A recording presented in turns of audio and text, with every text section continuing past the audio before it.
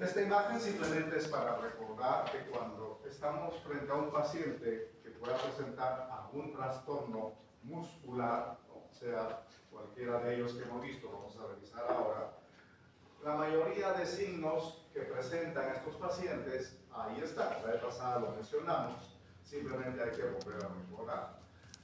Uno de los síntomas más frecuentes que el paciente o un paciente pueda acudir a la consulta, tiene un problema muscular, ¿no?, va a ser la presencia de dolor. Puede ser dolor espontáneo, que es básicamente lo que lleva a un paciente a buscar consulta. Cuando hablamos de dolor espontáneo, recuerden que es un dolor cuando el paciente empieza a mover la mandíbula, ya sea para hablar, para masticar o hacer alguna otra función. Entonces, este paciente empieza a sentir molestias, ¿no?, a nivel de algún grupo muscular, una sentería temporal, cervical, submandibular, y esa molestia obviamente va a ocasionar que el paciente sienta limitación para hacer la función. Entonces, el paciente va a presentar dolor, ya sea al hablar, al masticar, dolor espontáneo, en diferente nivel. Puede ser un dolor leve, puede ser un dolor moderado, o puede ser un dolor severo, ¿no?, dependiendo del grado de afectación que tiene. Otra forma de dolor que podemos encontrar en un paciente es el dolor a la palpación. Si nosotros evaluamos a un paciente y empezamos a palpar los músculos, ustedes saben hacer eso, y vemos que el paciente siente dolor ante la presión que hacemos, también es un indicador de que ese grupo muscular o ese músculo que estamos palpando tenga o esté probablemente afectado de alguna alteración.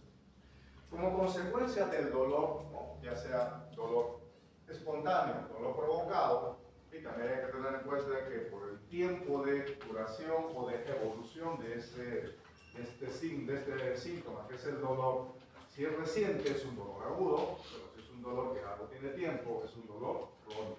Entonces, ahí tenemos varias características que nos pueden delimitar este síntoma que es el dolor. Como consecuencia de la presencia de dolor en el paciente, va a ocurrir definitivamente lo que sería una limitación de la función.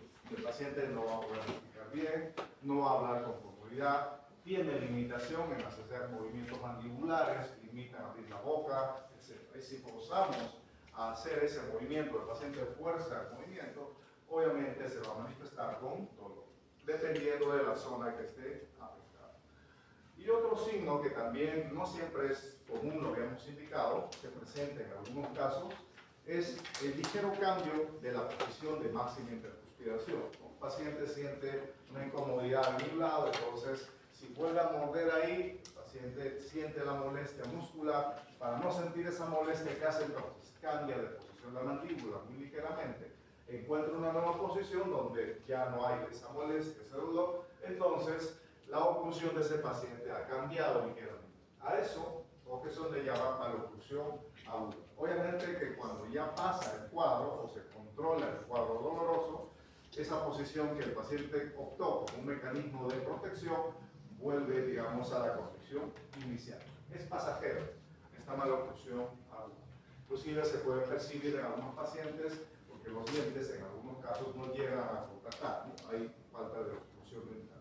Eso no es frecuente, pero puede ser un signo que nos ayude a entender un problema muscular. Bien, este cuadro también lo vimos la sesión donde revisamos trastornos de los músculos, ¿no? Hay muchos trastornos musculares, de los cuales hemos visto algunos que son más importantes, más frecuentemente podemos observar en los pacientes, y también entender este fotograma de que los cuadros dolorosos agudos, ¿no?, son uno sucesivo al otro, ¿no?, son sucedáneos. Es decir, hay una cocontracción correctora. Si ese cuadro no es tratado a tiempo o no es manejado correctamente, se puede convertir en un dolor muscular local. El dolor muscular local, si no es tratado oportunamente o no es tratado adecuadamente, como vamos a ver ahora, puede convertirse en un mioespasmo, pero todos estos cuadros, felizmente, producto de un manejo de procedimiento, pueden remitir y llegar a la función local. Sin embargo, algunos de estos cuadros, por ejemplo el dolor muscular local, influido por algún aspecto emocional, ¿no?, algún aspecto emotivo de la persona, puede transformarse ya en un dolor o una afectación de tipo regional.